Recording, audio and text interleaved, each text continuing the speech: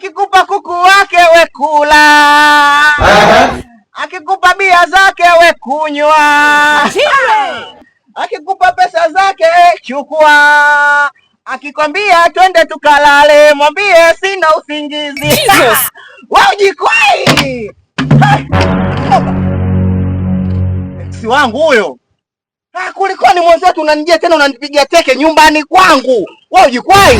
Maana hujui sababu mimi kuja hapa au? Hujui sababu nakuja hapa?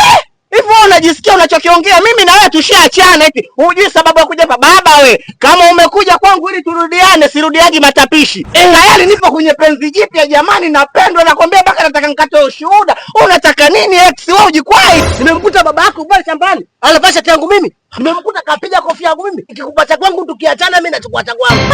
Ile nimeacha kama bahati mbaya, si umeelewa? Na nimekuja hapa mguu kuchukua shati yangu na kofia yangu. Baba we, mimi na wewe tayari tushamalizana mkataba. Hilo shati ni la baba yangu tayari. Wewe wakati unanitumia, wewe mshezi mwili mzima wewe. Napata hilo shati mimi sipanua tu nitasumbuana.